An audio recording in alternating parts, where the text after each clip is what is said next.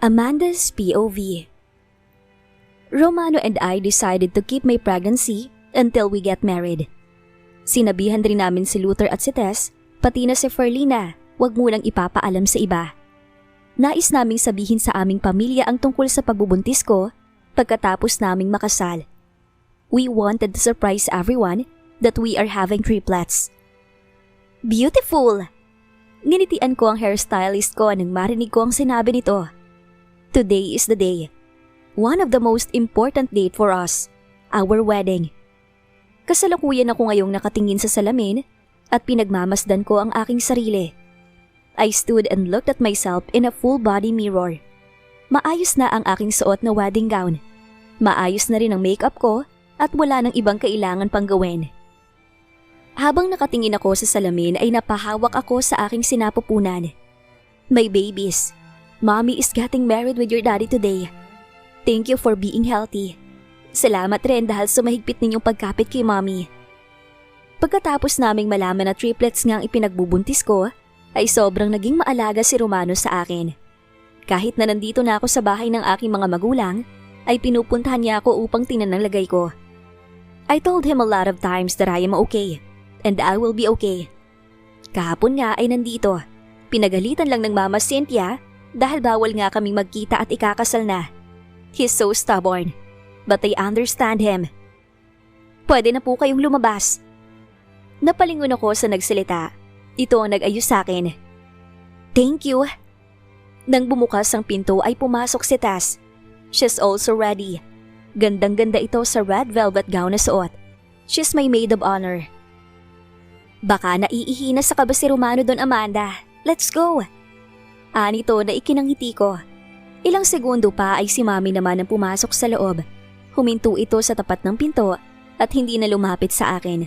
Nang humarap ako sa kanya ay nakita ko ang namumuong luha sa kanyang mga mata. Lumapit ako sa kanya at niyakap ito.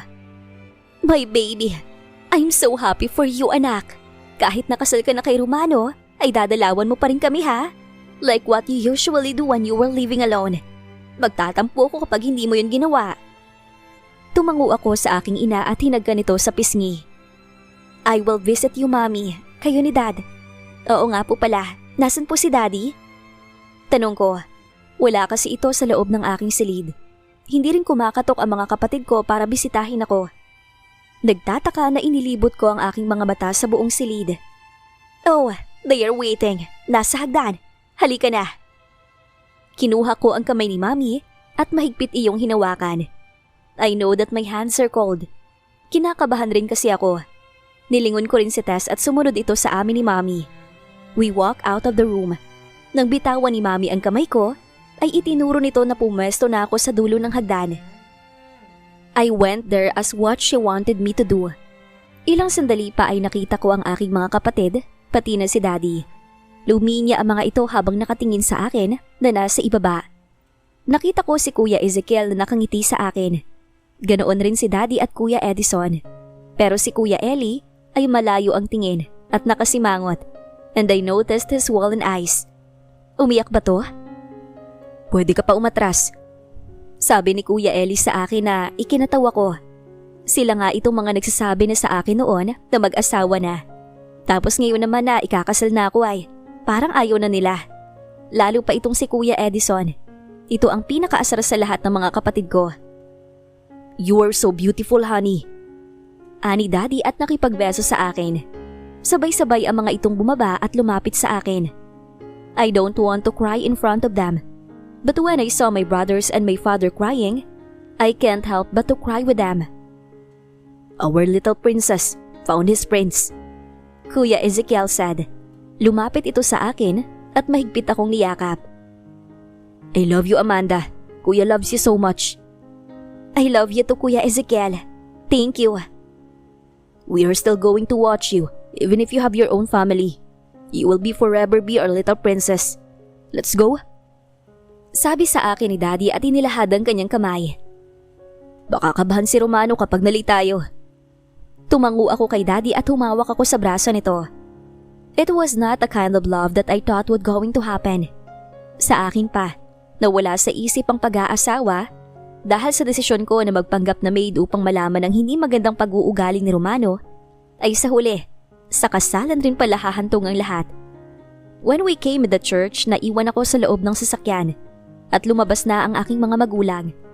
Nang may marinig akong kumatok sa bintana ng sasakyan, ay nakita ko si Tess.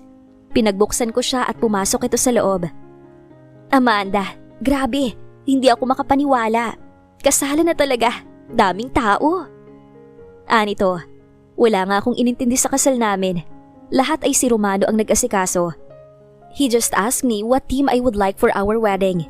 He also asked the flowers I wanted to put in the church and in the reception. Takot si Romano, baka takasan mo pa raw eh. In love na in love. Sabi pa ni Tess, hinawakan nito ang mga kamay ko na mahigpit. Honestly, naisip ko lang Amanda, magkakapamilya ka na, magiging abala ka sa kanila. Naisip ko lang nasa mga oras ba na hindi ako okay. Pwede pa kitang matawagan para makausap? You know? Niyakap ko ang kaibigan ko at hinagod ang likod nito. You are always welcome to my new home, Tess. Kahit sa bahay namin ni Romano, walang magbabago sa atin. Ikaw pa rin ang tiris Catalina ko. Ang best friend kong pasmado ang bibig, pero sobrang bait. Magsasalita pa sana ako ulit, pero may kumatok na naman sa bintana ng kotse. Nakita ko si Isaac. Binuksan ni Tess ang pinto at lumabas ito. The processional starts. Kung saan ka punta ng punta, Teres, nahihilo na yung organizer kahahanap sa'yo. Napatingin ako sa aking likod sa may harap ng simbahan. Nakapila na nga ang mga abay at inaayos na ng organizer ang pila ng mga maglalakad papunta sa harapan ng aisle. Mommy! Nang marinig ko ang boses na yon ay bumalik ang tingin ko sa nakabukas na pinto ng kotse at nakita ko si Taki. Oh gosh, he's so cute. He's wearing a black tuxedo with a velvet bow tie. Mommy! Pumasok ito sa loob ng kotse at tumabi sa akin. Hello, Taki. He's our ring bearer. Guwapo. You are going to walk slowly, ha? Opo, mami ko. Muli ko itong hinagkan sa pisngi at nang tinatawag na rin si Taki, ay kinuha siya ni Tess at binuhat. Nanatili ako sa loob ng sasakyan habang sobrang kaba ko. Narito na silang lahat at napakaraming tao. Pagkalipas ng 10 minuto, ay nakita ko na palapit na sa akin ang organizer. Binuksan ko ang pinto ng sasakyan at lumabas na ako. Maraming mga photographer ang kumukuha ng larawan habang naglalakad ako. Nang nasa tapat na ako ng pinto ng simbahan, ay huminga ako ng malalim. Nang bumukas iyon, unti-unti ay mahigpit kong nahawakan ng aking bouquet. Nakatayo ang lahat ng nasa loob ng simbahan at nasa akin ang lahat ng kanilang atensyon. Habang dahan-dahan ang aking panlakad, I looked at the aisle and saw Romano.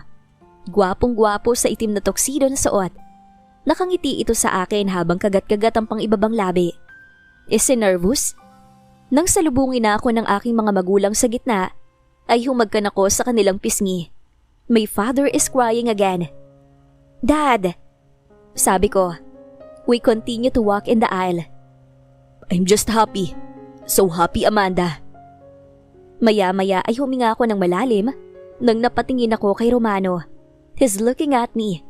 Nasa tabi nito ang kanyang mga magulang, pati na si Luther. Nang nasa harapan na kami, ay lumapit sila sa amin at nagmano si Romano sa daddy at mommy. Ako naman ay humagkan sa pisngi ni Tito Royce at ni Tita Cynthia. Our parents did a handshake. At nang hagkan sa pisngi ko sa Luther, ay hinila ito ni Romano sa braso. Seloso, sabi ni Luther na ikinatawa ng mga nakarinig. Talaga naman. Romano, my dad said and took my hand. Take care of my daughter. Mr. Castellanos.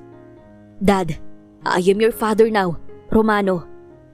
Sabi ni Daddy at kinuha ang kamay ni Romano upang ipahawak ang kamay ko.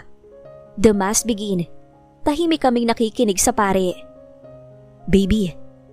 Napatingin ako kay Romano nang bulungan niya ako. Sabi ni Ferlin, pwede daw kahit buntis ka at triplets ang anak natin. Saka hindi naman maiipit ang tiyan mo. Ibang pwesto naman eh. Muntik na akong mapaubo dahil sa sinabi nito. Romano, nasa simbahan tayo. Mamaya kaya natin pag-usapan oh. Bulong ko sa kanya. Why? That's okay. I asked Ferlin. Mamaya itanungin mo rin siya. Totoo na pwede pa natin gawin kahit buntis ka na. Mukhang hindi na makapaghintay sa honeymoon ng groom. Sabay kaming napatingin ni Romano sa pare nang magsalita ito.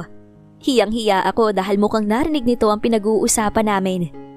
Sinamaan ko ng tingin si Romano na ikinalayo niya ng tingin sa akin. Father heard us. Kulit mo kasi. Bulong ko. Hindi na makapaghintay ang groom.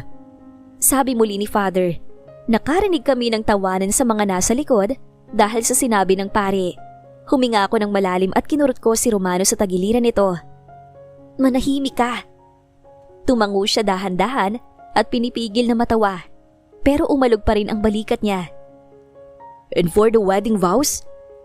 Ibinigay ng pari sa akin ang mic at mahigpit ko naman iyong hinawakan habang nakatingin kay Romano. Huminga ako ng malalim bago ako nagsalita. Romano, I know we met in an unexpected way. Nakilala mo muna ako bilang si Mandy, ang makulit na babaeng pumasok sa bahay mo at nagpanggap na mahirap at nag-apply bilang isang kasambahay. Ang maid mo na pala sagot sa amo. Ang maid mo na gumagalaw ng kusa ang nunal. I heard everyone laugh because of what I said. It's not a secret anymore. Halos lahat ay alam ang kalokohan na ginawa ko. I did that because I wanted to see the bad sides of the man my father wanted me to marry. Ayoko kasi nun matali. I hate the idea of marriage. Bakit kasi kailangan ko nun magpakasal at makasama ang isang lalaki sa buhay ko kung kaya ko naman mag-isa mamuhay kasama ang mga alaga ko? I'm happy and contented with my life back then. But everything changed when I met you. I will never forget that afternoon when I saw you in your room and how your hot... Baby, stop. Pagpigil ni Romano dahil alam nito na ang sasabihin ko ay hotdog. Napangiti ako at napakagat sa aking labi. Hotdog yon. Jumbo hotdog. Rinig ko naman na sabi ni Tess sa aking likuran. Nang lingunin ko ito ay nag-thumbs up ako sa kanya na ikinatawa ng mga tao sa loob ng simbahan. Romano, unang araw pa lang pala ha? Sigaw naman ng kapatid kong si Ellie. I didn't expect her to be in my room though. Ngingiting-ngiting sagot ng aking groom. Pailing-iling ako at muling itinuloy ang pagsasalita. It was just my first day in your house, but I saw a weak and lonely person who's trying to survive sickness by himself. Since that night, I wanted to make sure that you will get everything that you need. Hindi ko alam na ang ilang araw pala na pag-aasikaso ko ay may iba ng dahilan. Hindi ko alam na unti-unti na pala akong nahuhulog sa iyo noon. Love is indeed the sweetest when you least expect it. At yun ang nangyari sa akin. Love strikes me hard. While I was in your house, I realized that I was wrong and I judged you. You also proved to me that I need someone in my life, and that is you. My plan of looking for bad side was ruined when I fell for you. Ang reklamo ko lang noon ay palagi kang walang pang-itaas sa bahay mo, kaya pala nai-inlove sa iyo mga katulong mo. Napalayas mo sila kasi naman ay panay rin ang balandra mo ng katawan. Muli na namang tumawa ang mga tao sa loob ng simbahan dahil sa sinabi ko. But that's not the reason why I fell for you. Nakita ko ang totoong Romano habang nasa bahay mo. You are a hard-working man. A man with a kind heart. A man who loves his family so much. Sabi ko nga, tama pala ang daddy ko. That you are a great man and that you will take care of me and love me. Romano, I will not promise anything as your wife. Pero gagawin ko ang makakaya ko para maalagaan ka at maiparamdam sa iyo kung gaano kita kamahal. I will be your number one supporter. Your cheerleader. I will cook you delicious food. I will make you coffee. I will make sure that everything you need will be done in time. You are all that I need, baby. Anito sa akin. Nginitian ko ito at hindi ko pinutol ang tingin sa kanya. Hindi na kita ulit iiwan. Hindi na ako aalis nang hindi mo alam. Now, you are going to wake up every morning with me by your side. As your wife. I will wake you up with morning kisses that you really like. Narinig ko ang malakas na palakpakan sa loob ng simbahan pagkatapos ng aking sinabi. And when the priest gave Romano the mic, I heard him clear his voice. I always dream of this scene. He looked around and stopped when our eyes met. You were walking down the aisle while looking at me. Now, I am not dreaming. This is real. And together with our family and friends, to witness our wedding. Yes, this is not a dream, even if it feels like a dream for us. Hindi ko rin mapaniwalaan na ngayon nandito na kami pagkatapos ng mga nangyari. Baby, I never thought that this would happen in my life. Getting married. Before I was focused on my work.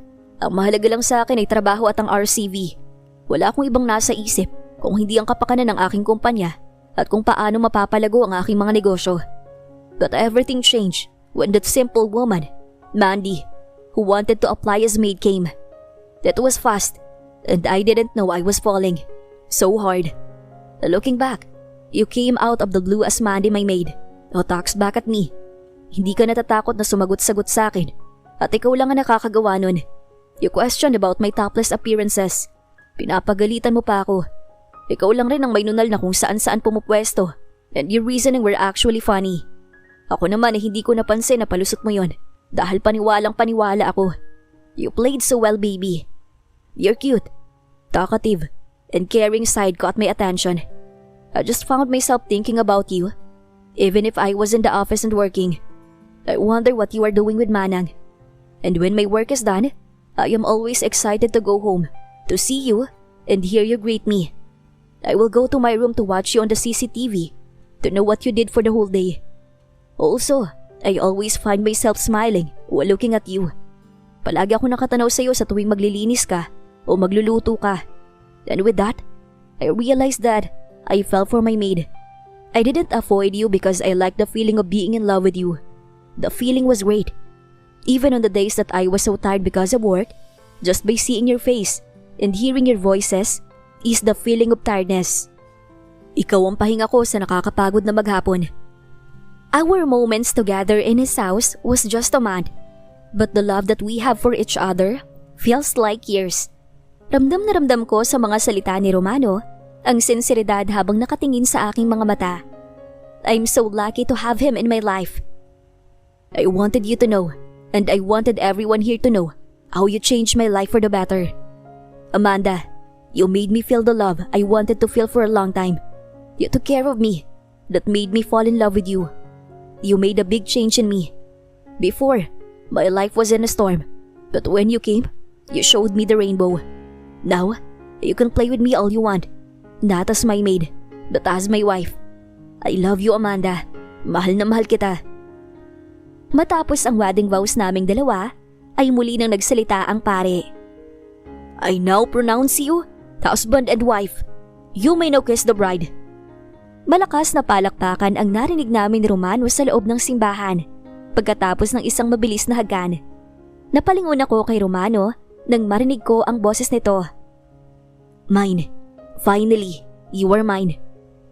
Napangiti ako sa sinabi nito at hinawakan ko ito sa pisngi at mahinang kinurot iyon. Sa'yo naman po talaga ako. Sagot ko sa kanya. I can't wait for our honeymoon. Pinalakihan ko ito ng mga mata at lumingon sa paligid dahil baka may nakarinig na naman sa sinabi nito. Honeymoon na naman? Nauna na nga ng ilang beses ang honeymoon pero ang nasa isip mo ay honeymoon pa rin. That's different. My performance this time with you is not as your boyfriend but as your husband. Ang dami mong nalalaman at anong performance pa yon? I was about to talk again but the crowd went in front to congratulate us. Congratulations! Tess went to us. Akala ko ay kung anong sasabihin ito. Ngunit nagulat ako nang may 5 mga kalalakihan ang lumapit sa amin at nang makita ko kung ano ang hawak ng mga ito, ay natutop ko ang aking bibig. My babies, my cats and my dogs are wearing dresses and tuxes. Oh my gosh! It was your husband's idea to bring your babies, Amanda. Bulong ni Tess sa akin. Nilingon ko si Romano at mabilis yumakap rito. Thank you. Thank you so much. Romano caressed my back then moved away a little. Everything for my wife. Picture! Sabi ng mga kapatid ko at lumapit ang mga ito sa amin. Nagpa-picture na rin ang lahat ng pamilya namin ni Romano. We took a lot of photos in the church and outside the church. Pagkatapos ng 30 minutos ay nilisan namin ang simbahan at tinungo na ang reception. We're not going to travel for our honeymoon, baby. Ferlin said that it's okay, but I don't want to take the risk. I am still thinking what may happen. Nginitian ko ito. It's fine with me, Romano. Kahit sa bahay lang ang honeymoon ay ayos lang. Nang makarating kami sa reception, ay sinalubong muli kami ng aming pamilya at kaibigan. They are all saying congratulations to us. Nang makita ko ang aming mga magulang, ay lumapit kami ni Romano. Marami ng tao. They are all waiting for the both of you. Mommy said. Ngumiti ako kay Mommy at nang makita ko ang loob ng reception, ay napaawang ang mga labi ko sa gulat. Wow! Halos mapuno ng mga bulaklak ang lugar. Hindi ko maialis ang aking paningin sa paligid habang naglalakad kami. The place looks so magical. Nagustuhan mo ba? I don't like it. I love it. Gosh, how did you do this? Ang ganda. Parang fairy tale. Even the floor. Napatingin ako sa baba. May mga bulaklak rin at ang paligid ay parang isang hardin na punong-puno ng mga bulaklak. I am glad you love it. You like flowers so much. I tried my best to make this place a paradise, and I think I succeeded. The party started. We greeted everyone. Lahat ay masaya at hindi maaalis ang ngiti sa mga labi. All of us are dancing. When the MC went in front and said that the groom has a special number, I looked at my husband. Really? Tinong ko. Nagulat ako nang tinanggal ni Romano ang coat nito at ang natira ay ang long sleeve white polo niya. He even opened the 2 buttons of it. The MC took a chair and placed it in the middle. Nang sabihin sa akin na kailangan kong maupo doon, ay ginawa ko naman kaagad. Napatingin ako kay Tess na nasa gilid na malapad ang ngiti. Alam niya ba to? Baby, I don't sing. I'm not that confident. But I wanted to do this for you. Napalunok ako at hindi ko maalis ang tingin sa aking asawa. He's smiling at me. Ang gwapo. Diyos ko. Go bayaw! Galingan mo at may pustahan kami ng mga kapatid ko. Pag maraming pumalakpak, panalo ako. Sigaw ni Kuya Edison na nasa gilid. Malakas akong napatawa dahil doon, lalo na ang mga nasa reception. I looked back at Romano. He looked so nervous. Nang marinig ko ang tugtog at nang magsimulang kumanta si Romano, ay napakapit ako na mahigpit sa aking wedding gown. Tahimik ang lahat habang kumakanta si Romano. Ako naman ay mapupunit na ang mga labi ko sa lapad ng ngiti ko. He has a beautiful voice. Nang lumapit sa akin si Romano at kuhanin ng kamay ko, ay tumayo ako. Hinapit niya ako sa bewang at dahan-dahan akong isinayaw habang kumakanta ito. This is one of the best moments. Pakiramdam ko ay hinihele ako sa saya. At nang matapos ang kanta, ay akala ko okay na. Ibinalik ako ni Romano sa upuan ko at nakita ko naman na tumayo si Luther na masama ang muka at pati na si Taki na nasa gilid ay pumunta sa harapan. Meron pa! Sigaw ng MC. Nang pumailan lang ang kanta, ay naghagal pa ka ng tawa ang mga nasa loob ng reception. Pati ako ay hindi ko napigilan, lalo na nang magsimulang sumayaw si Romano. Luther, pati na si Taki na tuwang-tuwa pa at tumatalon. Jumbo hotdog ng maskulados ang sinasayaw nila. Hindi na ako makahinga kakatawa, lalo nang mag-chorus ang kanta. Ang sama kasi na mukha ni Luther habang sumasayaw at si Romano naman ay nakatingin sa akin at tuwang-tuwa pa sa ginagawa nito. Giling na giling ito. Tuwang-tuwa rin ang mga kapatid ko lalo na si Kuya Edison. Mukhang hindi nila inaasahan na gagawin to ng asawa ko. Go bayaw! Igiling mo bayaw! Sigaw ni Kuya Ellie. Sa sobrang tuwa ng mga kapatid ko, ay pumunta sila sa gitna at nakisayaw na rin. When I saw Daddy and Tito Roy standing while moving their bodies, I shook my head. No, I can't. Go, honey! Sigaw ni Mommy. Dance, sweetheart! Sigaw naman ni Tito Cynthia na malapit lang sa pwesto ko. Lalong lumakas ang tawanan nang gumiling na rin at sumayaw si Tito Royce, pati na si Daddy. Nang mapatingin ako kay Luther ay nakita ko na nakatingin ito ng masama kay Tess habang kumukuha ng video ang kaibigan ko at tumatawa. Jumbo hotdog, kaya mo ba to? Kaya mo ba to? Napahawak ako sa aking tiyan habang nakatingin kay Romano na ang galing-galing gumiling. Mga anak, yung daddy ninyo, sumasayaw ng jumbo hotdog. Bigay na bigay.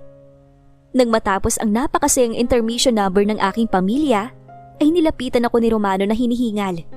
Hinawakan nito ang kamay ko at niyakap ako. Idinikit nito ang bibig sa aking tenga at bumulong. Nakakahiya. Natawa akong muli at hinaplos ang likod nito. Nahiya ka pa ng lagay na yun ha?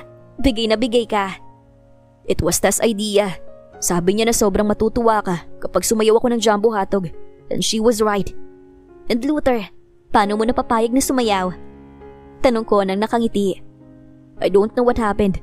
I think, tapos talk to him. Mukhang napilitan lang rin. Hindi ko alam kung anong sinabi ni Tess para mapapayag si Luther para sumayaw kasama ko. I was surprised, actually, that Luther agreed. Kahit kailan ay hindi ko naisip na gagawin niya to.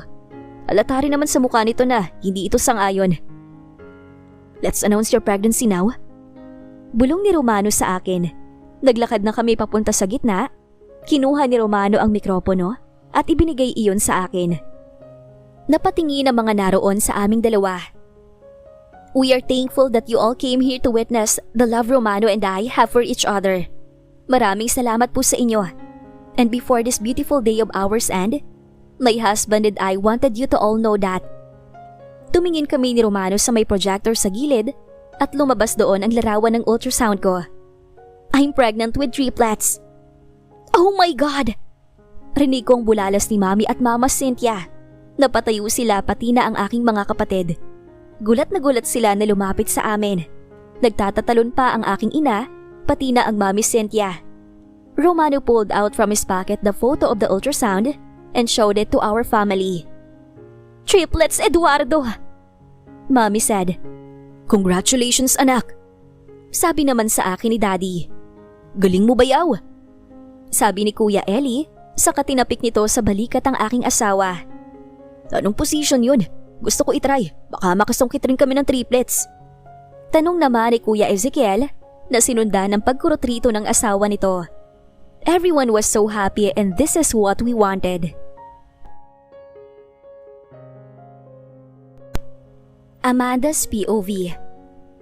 Para pa rin panaginip dahil sa sobrang saya ng aming kasal ni Romano, halos buong oras ay nakangiti lang ako at nakatawa dahil sa mga kaganapan na hindi ko inaasahan. Even my dad danced with him. At ito na nga, kabababa lang sa akin ni Romano sa silid nito. He was at my back. Pinapadaan ng labi nito ang aking likod habang ibinababa nito ang zipper ng aking wedding gown. Sure kang pwede? Tanong ko. You didn't ask Ferlin earlier, to be sure. Naroon nga sa Ferlin kanina sa reception. Pero syempre, nahihiya ako dahil itatanong ko pa kung safe pa ang gagawin namin kahit buntis ako at 3 pa ang nasa sinapupunan ko. Nilingon ko si Romano nang naibaba na nito ang aking gown. Sandali, wala bang ligo-ligo? Maligo muna tayo. Romano smirked and then shook his head. I can't wait. He said and then claimed my lips. Halata nga, nangyari ang dapat mangyari pagkatapos ng kasal. Hanggang sa makalipas ang mahabang sandali, ay sabay naming naabot ang sukdulan. Nang umangat si Romano at tumabi sa akin, ay kinuha nito ang kumot at kinumutan kaming dalawa. Naramdaman ko rin ang pagyakap ng isang kami nito sa aking bewang at hinila ko. Tired? He asked. Tumangulang ako. Okay, hindi na ako hihirit ng isa pa. Kinabukasan, bilang bagong mag-asawa namin ni Romano, ay ginising ko ito sa pamamagitan ng munting mga hagkan sa labi. Dahil nga sa antok na antok pa rin ito, ay sinabi ko sa kanya na bababa ako at magluluto ng aming pagkain. Sumang-ayon naman ito at muling natulog. Naabutan ko sa kusina si Manang, nag-aasikaso na rin ito ng umagahan at tinulungan ko na siya. Amanda Castellanos sa Avedra. Sabi ko habang nakatingin sa wedding ring ko. Gosh, para naman akong teenager na kinikilig. Amanda, kalma. Kumalma ka. Nang maihanda ko na ang mga pagkain, ay umakyat ako sa aming silid habang hawak ang tray. Pumasok ako at ibinaba ang aking dala sa table sa gilid at nilapitan ang aking asawa na natutulog pa rin. Good morning, husband. Sabi ko na nakangiti at muling hinagkan si Romano sa kanyang buong muka. He's smiling. Kakain na tayo. Ikaw ang gagawin kong umagahan. Anito, tay Romano ha? Bumaba pa ako at ipinagluto ka. Huwag mo kong paandaran ng ako ang umagahan mo.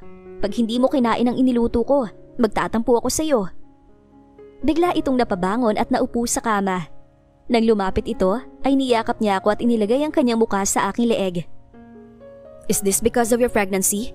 Ang sungit mo, ang aga. Anito. Paano? Gusto mo na naman. Nagluto nga ako eh. Sabi ko at humiwalay sa kanya. Bumaba ako at inilapit ang lamesa sa gilid ng kama para mag-almusal kaming dalawa. Baby? Nagsalubong ang mga kilay ko nang mautal ito habang nakatingin sa tray kung nasaan ang mga pagkain. Kaya ba nating ubusin yan? This is yours. Sabi ko at ibinigay ko rito ang pinggan na may 2 hotdog, 2 bacon at 1 egg. And this is mine. Nakangiti ako nang humarap sa tray. Baby, that's 8 hotdogs, 5 bacons, and 4 eggs. Kaya mo ba ubusin yan lahat? Tinaasan ko siya ng kilay. Ipapaalala ko lang Romano sa Avedra. 3 ang nasa sinapupunan ko. 3 ang mga anak mo. Kaya 4 kaming kakain ngayon. Mukhang kulang pa nga to eh.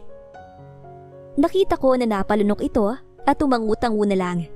Nang matapos ang aming pagkain, ay naligo na ako at ganoon rin si Romano. He's drying my hair now. Where do you want to go? He asked me. Bigla ay naalala ko ang kanilang panganay na kapatid. Nilingon ko si Romano na nasa likod ko at hinawakan ko siya sa kamay. Let's go to your brother's grave, kay Kuya Alonzo. Bisitahin natin siya. Naramdaman ko na natigilan si Romano at pagkatapos ay ilang segundo lang rin ay ngumiti sa akin at hinagka ng aking batok. Thank you baby. Thank you for thinking about my brother. Hindi na rin kami nagpatagal pa. Nagpaalam kami kay Manang at tinungo na ang sasakyan. Romano started the car and we went to his brother's grave. 1 oras ang naging biyahe namin hanggang sa marating namin ang libingan ng kapatid nito. Baby, are you okay? Tanong nito sa akin. Nakakaramdam kasi ako ng gutom. Marami naman akong nakain kanina. Nagugutom ako eh. Sabi ko sa kanya. We will eat after here ha? Mukhang nais kumain ng mga anak natin. Ngumiti ako at nang mapuntahan na namin si Kuya Alonzo, ay nagsindi kami ng kandila. Ibinaba ko rin ang mga white roses na binili namin. Tahimik akong nanalangin at nagpasalamat rito sa mga naitulong nito noon kay Romano. I hope you are okay there Kuya. Thank you for your help.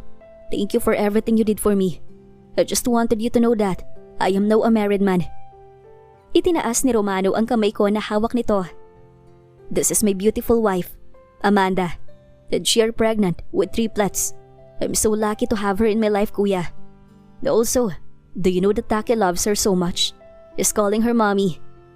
Taki will have parents now, like what you asked me, Kuya.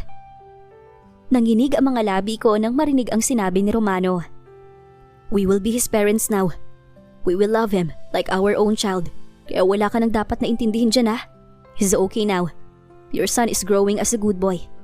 Soon, he will live with us. And yung isang bagay pa na iniintindi mo ay okay na. Our family is now okay. This is your wish before, right? Na maging maayos na kami ni Dad. Okay na kami Kuya. Okay na. Pinalis ko ang luha na tumulo sa aking pisngi nang makita ko na umiiyak si Romano. Humilig ako sa braso nito at iniyakap ko ang aking kamay sa kanyang bewang. I love you Kuya. Nang makapagpaalam na kami sa puntod ni Kuya Alonzo, ay umalis na rin kami sa sementeryo at pumunta sa isang restaurant.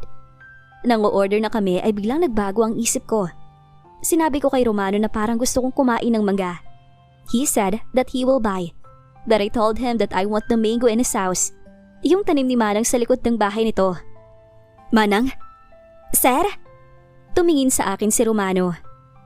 My wife wanted the mango. May bunga pa bang mangga sa likod? Ay, meron pa naman sir. Kaso ay malanggam. Pero meron pa akong naitabi dyan sa kusina. Sabi ni Manang. Nag-aalis na si Romano upang pumunta sa kusina, ay kinuha ko ang kamay nito. Ayoko noon. Gusto ko yung bagong pitas. Saka pagbalat mo rin ako. Gusto ko rin ng alamang na may malalaking bawang ha. Matamis-tamis sana yung alamang. Tapos may bawang rin na malalaki. Okay. Ipapaluto ko kay Manang. No! Gusto ko ikaw ang magluto noon. Nakita ko na napanguwi si Romano at pagkatapos ay ngumiti rin ito nang mapansin siguro ang naging reaksyon ko. Kaagad kong pinitawan ang kamay nito at humalukip-kip ako. Sinamaan ko siya ng tingin. Ayaw mo? Baby, wala naman akong sinabing ayaw ko. Ito na. Sagot nito at naglakad na papunta sa likod. Nakangiti naman ako na sinundan ito. Hindi naging madali ang panunungkit ni Romano dahil matataas na ang bunga ng mga mangga, kaya umakyat ito. Ang ending, namula ang likod at mga braso ni Romano dahil sa kagat ng mga langgam. Iyon ang unang araw na nakaramdam ako ng paglilihi. Na-late ata ang paglilihi ko. Akala ko talaga ay wala. Pero mas lumala pa dahil kahit madaling araw ay nangangati ang dila ko at may gustong kainin. Romano's POV. Baby, it's 1:45 AM. Anong gusto mo? Nakatingin ako sa aking asawa na nakasimangot habang nakaupo sa aming kama. I want spaghetti. Ipagluto mo naman ako. I nodded and smiled at her. We went out of the room. Naupo si Amanda sa gilid habang nakamasid at pinapanood ako sa pagluluto. Amanda eats a lot, but she's not getting fat. Siguro ay kaya palagi itong gutom at malakas kumain, ay dahil nga sa 3 ang pinagbubuntis nito. I understand her. That's why I'm always with her to give her cravings. Sa bahay na rin ako nagtatrabaho muna. Amanda said that it's okay to leave her, but I refused. Tiyak na kung pumasok man ako sa opisina, ay hindi rin ako mapapakali kaiisip sa kanya na narito sa bahay. Now, I am working online. Kapag may pag-uusapan na mahalaga kasama ang mga investors, ay ang aking assistant na nag-aayos for Zoom meeting.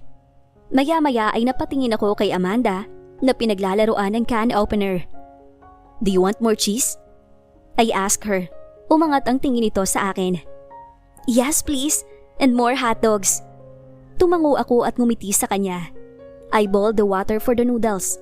Nang mailagay ko na ang lahat ng ingredients for the sauce, ay inayos ko ang aking mga pinagamitan. While I was looking at the food, I felt Amanda on my back. Thank you. Niyakap niya ako mula sa likod. I know that you don't have enough sleep because I always wake you up whenever I am hungry. Thank you so much. She's the sweetest. Actually, she's not making it hard for me to look for her food to eat. Mahirap rin ang kalagayan nito dahil sa pagbubuntis at naiintindihan ko yon. Ang mga cravings naman ng aking asawa ay narito lang rin sa bahay. At kadalasan ay hindi ko nahahanapin pa sa labas. Hindi ako nahihirapan na bilhin at hanapin ang gusto nitong kainin dahil palagi ay gusto nito na ako ang magluto para sa kanya. Anything for my wife and for our babies. Hinagkan ko ito sa labi at bumaba hanggang sa tiyan nito. 3 months na ang tiyan ni Amanda at medyo malaki na. Sinabi pa ni Ferlie na maaari pang lumaki sa susunod na linggo. Matatapos na to ha? Tumango lang ito at bumalik na sa upuan. I consider this as our memorable moments. Her pregnancy period. Lumipas pa ang ilang buwan at nakita ko kung paano mahirapan si Amanda sa pagkilos dahil sa malaki na ang tiyan nito. Nahihirapan na rin itong maligo kaya't ako ang nagpapaligo sa kanya. She's saying sorry most of the time because I am taking care of her. That it was my duty as her husband to make sure that she's alright. To make sure that she's safe and our babies. Nais ko na alagaan ito at makita ang mga pagbabago rito habang lumalaki ang tiyan nito. I wanted to be on her side always. Nahihirapan lang ang kalooban ko sa tuwing makikita ko ang sakit sa mukha nito. Tuwing mararamdaman nito na gumagalaw ang mga anak namin. If only I could take the pain, I would. Iyon ang hindi ko kaya. Sa tuwing makikita ko at maririnig ko na nasasaktan nito. We always visit Ferline to ask my wife's condition. Nagpapasalamat ako dahil normal at healthy ang aming mga anak. We held a gender reveal for our babies at tuwang-tuwa si Amanda nang malaman na 2 lalaki at 1 babae ang aming anak. 1 month, 1 buwan na lang. Anito sa akin. We are sitting in the sofa in our living room while I was combing her hair. Katatapos ko lang rin napaliguan ito. Naghanda na rin ako ng mango shake at nag-slice ng mga mansanas para kainin ito. Yes, and I can't wait. I'm also nervous, baby. Sinimangutan niya ako. Huwag kang mawawalan ng malay, Romano, ha? Ngumiti ako sa kanya at umiling. Hindi na siguro.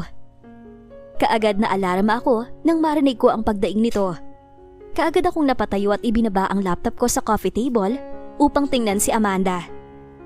Baby, Why? Sumipa ulit? Tanong ko at inilapat ko ang aking kamay sa tiyan nito. And when I felt the movement, nakagat ko ang aking mga labi. They are moving fast. Ah! Ang sakit! Baby, breathe in and out please. Ferlin told me that carrying a triplets would be very painful, lalo kapag nagkakagalaw ng mga ito. Kaya kailangan mapakalma ko at makagawa ko ng paraan para ma-divert ang atensyon ni Amanda upang matiis nito ang sakit. Are they still moving? I asked. She nodded and tears ran down. Napahinga ako ng malalim at hinagkan ako muli ang noon nito. Then I bent down and talked to our babies. Mommy is hurting guys. Stop playing inside muna ha. You don't want mommy to cry right? She's hurting. Mahigpit ang pagkapit ni Amanda sa aking kamay. Tanda na nasasaktan ito ng sobra. Pero ilang segundo pa ay tumigil na ang mga ito. They stop? Anong nararamdaman mo? I'm okay now. They stop. Ang sakit lang talaga kapag nagkakasabay-sabay sila. Anito at nilingon ang laptop ko. I'm sorry baby, are you working? Ngumiti ako at umiling. Pinisil ko ang kamay nito at inayos ko ang unan sa kanyang likod para hindi ito mangalay. I'm okay, I'm just reading reports from this month. Kapag kailangan mo ko, ay tawagin mo lang ako ha. There's no excuse if it's about my wife. Kahit pa trabaho, ay hihinto ko para maasikaso ito. Amanda's POV. Romano! What the? Akala ko'y next week pa. Romano! Sigaw ko ulit. Nagmamadali itong pumasok sa loob ng aming silid. Nang magkatinginan kaming dalawa, ay mabilis itong lumapit sa akin. Why? My water just broke. Manganganak na ako. Nagkatinginan pa kaming dalawa. Hindi ito kumilos. Romano! Sigaw kong muli. Nang mahimasmasan ito ay binuhat niya ako at tinungo ang garahe. Nadaanan pa namin sa Luther. Mukhang nagtatrabaho pa sila. Manganganak na? Tanong ni Luther. Oo. Nang pinaandar ni Romano ang sasakyan ay napahiyaw ako sa sakit. Ako na magdadrive. Nasaan ang mga gamit ng mga bata? Tanong ni Luther na umikot. Damn, oo nga. Rinig kong sabi ni Romano at lumabas ito ng sasakyan. Para na akong mawawalan ng malay sa sakit na aking nararamdaman. Napasigaw ulit ako na makaramdam ng hapdi. Nang bumalik si Romano sa loob ng sasakyan, ay dala na nito ang gamit ng mga bata. Luther drove fast at tinungo namin ang ospital. Kinontak na rin ni Romano si Ferlin, ngunit hindi ito sumasagot. Oh gosh, ang sakit! Pinalis ni Romano ang luha sa mukha ko at mahigpit kong hinawakan sa braso. Nang mapatingin ako sa kanya, ay nakita ko na namumutla ito. Baby, calm down okay? He said, pero mukhang ito ang kailangan kumalma dahil ang putla na nito. Don't faint! Huwag! Aray! Sa aking muling paghiyaw ay nagulat ito. Hindi nakalagpas sa akin ang paglunok ni Romano at mas lalo pang nawalan ang kulay ng mukha nito. Nang muling sumigid ang sakit ay napahiyaw akong muli. You're strong baby, you can do this. Nang makarating kami sa ospital ay iyak pa rin ako ng iyak dahil sa sakit na nararamdaman ko. Naririnig ko rin ang boses ni Romano. Pinapalakas nito ang loob ko habang hawak-hawak nito ang kamay ko. Nang makapasok na kami sa delivery room, ay naroon pa rin si Romano. Hello mother, I'm Dr. Sam, an OB-GYN. Isang lalaking doktor ang pumasok sa loob. Where's Ferlin? Nasaan si Doktora Ferlin? Siya ang OB-GYN ng asawa ko. Sagot ni Romano. Nagpapaanak pa rin po siya at mukhang nagkaroon po ng problema sa schedule. What? And you are the one who will? Tumango ang lalaking OB-GYN. Ang sakit! Napasigaw ako na makaramdam ulit ng sakit. Nang lapitan ako ng lalaking OB-GYN at itaas nito ang suot kong damit upang tinan ang aking sendro. Pero nagulat ako nang itulak ito ni Romano. Stop! My husband shouted. You are a man and... Ano ba Romano? Doktor siya! OB-GYN! Let him! Ang sakit na ng tiyan ko at nagwawala ng mga anak mo. Nakita ko ang pagdadalawang isip sa mukha ng aking asawa. Pabalik-balik ang tingin nito sa akin at sa lalaking doktor. Mister, malapit na pong mga anak ang asawa ninyo at magkakaproblema po kapag hindi pa nailabas sa mga bata. Hindi nagsalita si Romano. Akala ko ay ayos na, Ngunit nang muling itaas na doktor ang nagtatakip sa aking pang-ibabang katawan, ay nagulat ako nang suntukin ito ni Romano. "Don't touch her!" Napasinghap ako at napatingin sa doktor na nasa sahig at nawala ng malay dahil sa lakas ng suntok ng asawa ko. Napatingin na rin doon ang mga nurse na bagong pasok. "Dok!" Sigaw ng mga nurse. Nilingon ko si Romano at masama ko itong tiningnan. "Romano, manganganak na ako! Selos pa rin ang pinapairal mo?" Sigaw ko. "Baby." Pero maya-maya ay nagpapasalamat talaga ako nang dumating na rin si Ferline. Hindi ko na talaga kaya ang sakit at sinabi rin ito sa akin na naging maaga ang paglabas ng mga anak namin ni Romano na hindi rin ito inaasahan. "Is she okay? Bakit hindi pa rin siya nagigising? Ang haba na ng tulog niya." "Nako, ewan ko si Romano. Bakit mo naman sinuntok si Dr. Sam? Mabait pa naman yon. Nakakaloka ka." Naidilat ko ang aking mga mata nang marinig ang usapan na yon. Malabo pa sa aking paningin si Romano at nang unti-unting luminaw ay bumukas ang aking labi upang tawagin ito. "Romano?" Napabaling ito sa akin. "Baby, nasa ang mga anak natin?" Manhid pa rin ang aking buong katawan at nahihirapan akong kumilos. Romano looked at my left. Sinundan ko ang tinitingnan nito at sa aking tabi ay magkakatabi rin ang aming mga anak. I smiled when I saw my babies. "Who came first, baby?" "It's Roswell. Roswell Hans. Ang sumunod ay si Rockwell Zans.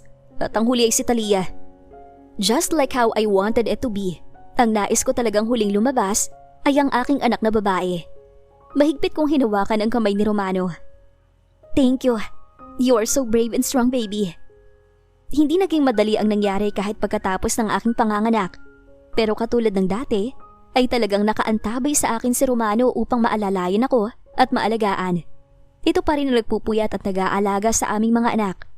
When I was pregnant of the triplets, he actually took lessons on how to take care of babies. Ayaw rin itong kumuha na mag-aalaga sa aming mga anak dahil kayang-kaya naman daw nito. Tuwang-tuwa rin ang aming mga magulang sa triplets at halos araw-araw ay nasa aming bahay upang bumisita. "Baby, may gusto ka bang kainin?" Tanong sa akin ni Romano. Nakangiti ako habang hawak nito si Talia. "Wala naman, pero kung meron ay si Manang na lang ang magluto. Hindi ka pa ata nakakatulog." Naglakad ako at sinilip si Rockwell at si Roswell na nakatingin sa mga laruan na umiikot sa itaas ng crib nila. Our babies are 5 months now. Ang bilis ng araw kong lumipas. Parang kailan lang ay naglilihi ako at nahihirapan sa pagkilos dahil sa laki ng tiyan ko. "Nakatulog naman kanina nang hindi na nangulit ang mga anak natin." Sagot nito. Nagigising rin kasi ito kaagad kapag may isa sa triplets ang umiyak. Nagsuggest na nga ako na kumuha kami na mag-aalaga pero ayaw talaga nito. Nag-alala pa ako na baka naaapektuhan na ang trabaho ni Romano. Pero sinabi nito sa akin na nasanay na rin ito na online work at si Luther rin ang tumutulong sa pagmamanage ng RCV habang abala ito sa pag-aalaga sa mga anak namin. He said that he doesn't want to miss the first times of our babies. Nagiging daddy's girl ata si Talian yan. Sabi ko habang nakangiti sa kanya. He's swaying. Tulog na rin ang aming anak sa kanyang bisig. "That would be great then." Unti-unti ni Romano na ibinaba si Talia sa crib at lumapit naman ito sa crib ng aming dalawa pang anak. Sinilip nito at inayos ang mga unan sa gilid. "Did I say thank you and I love you today?" Hinapit niya ako sa aking bewang. Tumango ako sa tanong nito. He's always saying thank you, araw-araw. Ilang beses sa isang araw. Pero hindi ako magsasawang marinig iyon. "I'm so happy, Amanda. So happy. I never thought that I would be this happy, and that's because of you.